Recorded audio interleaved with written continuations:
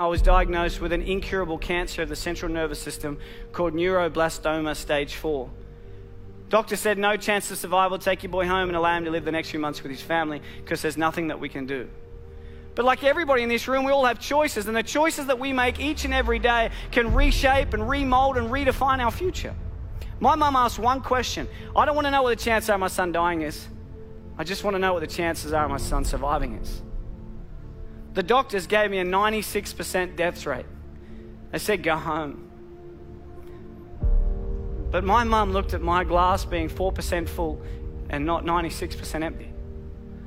But the next day, a doctor came in from America. He said, we're trialing a drug. It's called DTIC. Never been trialed on humans before, only on animals. We're going to trial it on 25 kids. And I truly believe that outside of love, hope is the most powerful word in the English dictionary.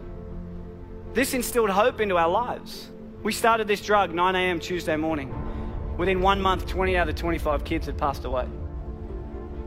Within 90 days, 24 out of the 25 kids were dead.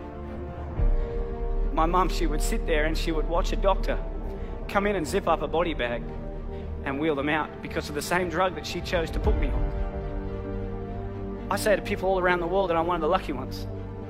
But I never say I'm one of the lucky ones because I'm still alive. I say I'm one of the lucky ones because I wasn't my mum. My mum had it tough. She had to make a choice to inject the drug into a child that has killed everybody that had ever taken. Until one day I was finally allowed to go home. The doctor said to my mum, your son, he will never go to school, he will never play sport, he'll be a housebound baby, and if he reaches his teenage years, it'll be a miracle. But we believed in miracles. And my mum wanted my dreams to come true. When I was lying in hospital, my mum bought me a Velcro glove and a Velcro ball. And she'd sit at the end of the bed and she'd lob the ball to me. I'd catch it and I'd throw it back till she gets further and further away until eventually I said to her, I have a dream, and that dream is to one day play baseball in America. And people laughed at me. Nobody in your life will tell you what you can do. They'll only ever tell you what you can't do. My dream was to play baseball in America, and I wanted to do everything in my power to make sure that happened. And there was a lot of hiccups along the way. I had my first heart attack when I was 12. I had glandular fever, I had bacterial meningitis. But people kept telling me I wouldn't do it. So it made me work really hard to make sure I could do it. I was lucky enough at the age of 17 to sign a contract and live in America and play baseball. But as you know, life is like a roller coaster. You can get to a pinnacle point in your life and it can get taken away from you in a heartbeat. At the age of 18, I was playing baseball in Phoenix, Arizona. I slid into a base at second and I woke up 3 days later. And at the age of 18, I suffered my career-ending heart attack and I was sent home.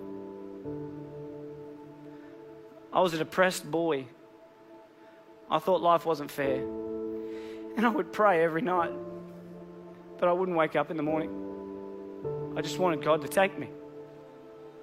But I kept waking up every morning. Yet every time I've been knocked down, I always remember what my mum's taught me. Son, it doesn't matter how many times you get knocked down. It's about how many times you get back up that truly determines the quality of your life. When I got home, I got a job in banking.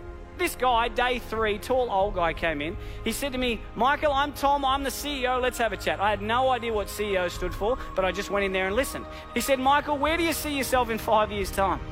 I had no idea where I was going to be in 5 years' time, but my mum, she always taught me, son, shoot for the moon, and if you miss, you'll end up in the stars. So I said to him, Tom, in 5 years' time, I'm going to take your job. He hated me. Don't ever say that to your boss, okay? They do not like you when you say that. But within 12 months, I was the youngest bank manager in Australia. Within 2 years, youngest area manager. 3 years, youngest state manager. Within the 4th year of being with this company, I was the youngest national sales development manager for one of the largest companies in the world. At the age of 23, I had 600 staff, had 120 banks around Australia and New Zealand. I made lots of money. I lived in $1 million house, had a $100,000 sports car, wore the Armani suits and the Rolex, and I reported directly to my mate Tom. But can you imagine if we look at success not about the materialistic possessions that we can take from this world, but rather what we can give back to this world that makes it a better place than what we found it? I was fortunate enough to be in a position to be able to do something for the most inspirational, the most influential, and the most loving person I've ever met, and that was my mum. On June 16 last year, I was lucky enough to put a pink ribbon on a door to a brand new home. And I got a chance to buy my mum a brand new house. to be able to give back to someone that has sacrificed so much for me is without a doubt the greatest gift. It puts a smile on my face knowing that I've been able to help her. And when I was 7, I heard through the curtains the doctor say to my mum, he will never go to sport, he will never play baseball, he will never ever go to school, and if he reaches his teenage years, it'll be a miracle. And my mum, she walked out, and I said to her as if I didn't hear, what did the doctor say? And she said, everything's going to be okay, son. When I was 12, I had a heart attack, and the doctor said to my mum, he will never play sport again. She walked out, and I said, what did he say? And she said, everything's going to be okay, son. And earlier this year, I finally got a chance to return the favour. Unfortunately, earlier this year, the doctors found 4 tumours in my throat. I've never seen my wife cry so much in all my life. The doctor said to me, Michael, we're sorry, but tomorrow's not guaranteed. You need to slow down. But that's one thing we all have in common, because no one's guaranteed. I think that life is not about the amount of days that you live on this earth, but it's about what you fit into those days that allows you to live a remarkable life. And I remember driving home, and she called me, my mum, and she said, Mike, what'd the doctor say? And I said to her, Mum, everything's going to be okay.